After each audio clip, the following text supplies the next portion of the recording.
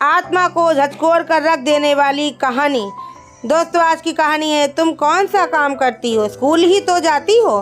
काम करना तो औरतों का फर्ज होता है। नेहा, मैं ऑफिस जा रहा हूँ, तुम बैंक चली जाना और पैसे जमा करा देना प्लीज। अरे रवि, माही अभी बहुत छोटी है, मैं उसे लेकर कैसे जाऊंगी? और कार भी तुम लेकर जा रहे हो? नेहा चिढ़ते हुए बोली। अरे ऑटो से चली जाना, मेरी ज़रूरी मीटिंग है। यह कहकर वह चला गया। नेहा को गुस्सा आ रहा था, पर वह करती भी क्या। सारा काम निपटा करके नेहा बैंक चली गई और माही को अपने साथ ले गई। माही अभी 6 महीने की ही थी।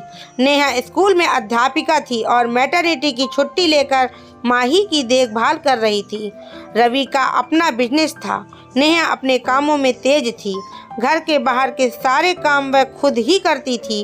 व्यस्त होने के कारण रवि उसकी मदद नहीं कर पाता था। वह सारा दिन कामों में ही लगी रहती। अपने खुद के लिए उसके पास समय नहीं था।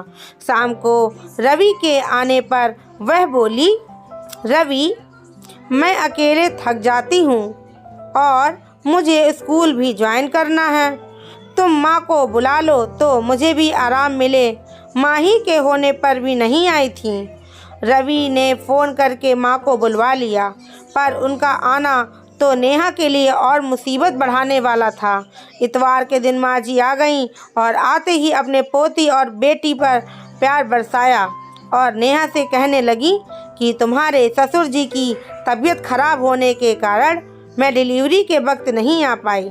मैंने कहा, कोई बात नहीं माँ, अब अपनी पोती से जी भर खेलिए। अब माँ जी माही का ध्यान रखती और मैं काम में ध्यान दे पाती, पर यह कुछ ही दिन के लिए था। माँ जी को काम वाली का काम पसंद नहीं आता था, इसलिए मैंने काम वाली भी नहीं लगाई। मैं स्कूल से आती और देखती पूरा घर अस्त व्यस्त मिलता। सारा घर समेटती और माही को लेकर आराम करती तो माँ की फरमाइश शुरू हो जाती। नेहा बेटा, चाय ले आओ, थोड़े पकौड़े भी बना लेना, रवि आता ही होगा। बेचारी फिर से उठकर लग जाती काम में।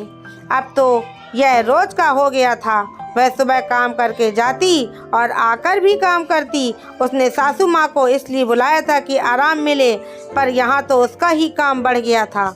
उसने रवि से बात की। रवि, मैंने अपना काम बढ़ाने के लिए माँ को नहीं बुलाया था। रवि बोला, तुम हर बात पर बोलती हो, अब मैं काम देखूं या घर? रवि का दो टूक जवाब सुनकर वह हैरान थी। उसने सीधे माँ से बात की तो उन्होंने उसे और ही सुना दिया। तुम कौन सा काम करती हो? स्कूल ही तो जाती हो और काम तो और तुमको करना ही पड़ेगा। रवि बेचारा दिन भर काम में लगा रहता है। उनकी बातों से आहत हो गई और बिना बोले मैं चली गई। एक दिन नेहा की सहेली, जो उसकी सोसाइटी में ही रहती थी, का फ़ोन आया। यार नेहा, तू कुछ काम नहीं करती क्या घर पर? वह बोली, क्यों, मैं ही करती हूँ यार। वह बोली, तेरी सासू माँ मेरी सासू माँ से बोल रही थी कि सारा काम उन्हें ही करना पड़ता है। तू तो स्कूल चली जाती है और सारा काम वह देखती हैं।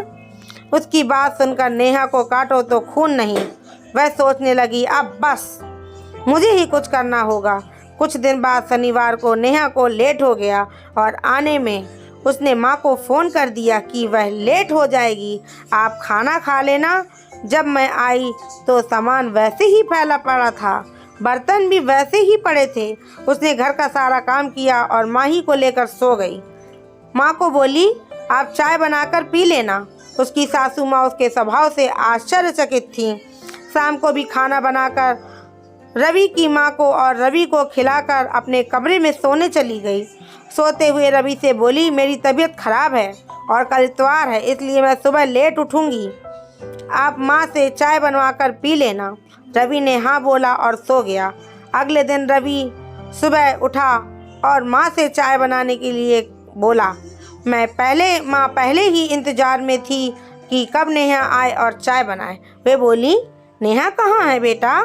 रवि ने कहा वह सो रही है, उसकी तबीयत ठीक नहीं है। माँ ने मुंह बनाया और रवि को चाय बनाकर दे दी।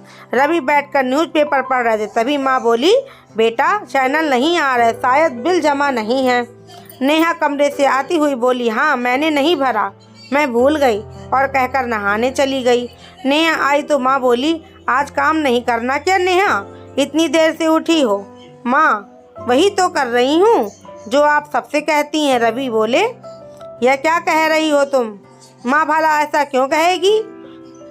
तू इससे पूछ, बिल क्यों नहीं जमा किया, घर का काम क्यों नहीं कर रही है, यह सब इसकी जिम्मेदारी है। माँ लगभग चिल्लाते हुए बोली।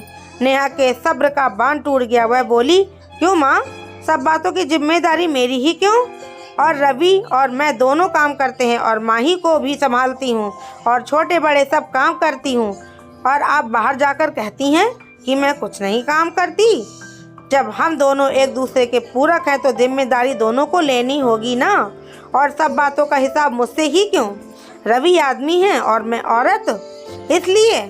नहीं माँ, जब घर दोनों का है तो हिसाब भी दोनों को ही देना होगा। और रवि दोनों यह बात सुनकर स्तब्ध रह गए। और रवि बोले, मुझे माफ़ कर दो नेहा, आज के बाद ऐसा कभी नहीं होगा, मैं घर की आधी जिम्मेदारी निभाऊंगा। माँ ने कहा, मुझे भी माफ़ कर दो बहू, मेरी सोच गलत है। उस दिन के बाद माँ मेरा साथ देती हैं और मुझे थोड़ा आराम मिलता है, वरना ना ही मुझे हिसाब देना पड़ता है। दोस्तों, आपको मेरी कहानी कैसी लगी? अगर आपको मेरी कहानी थोड़ी सी भी अच्छी लगी हो तो प्लीज़ मेरे चैनल को सब्सक्राइब करिए।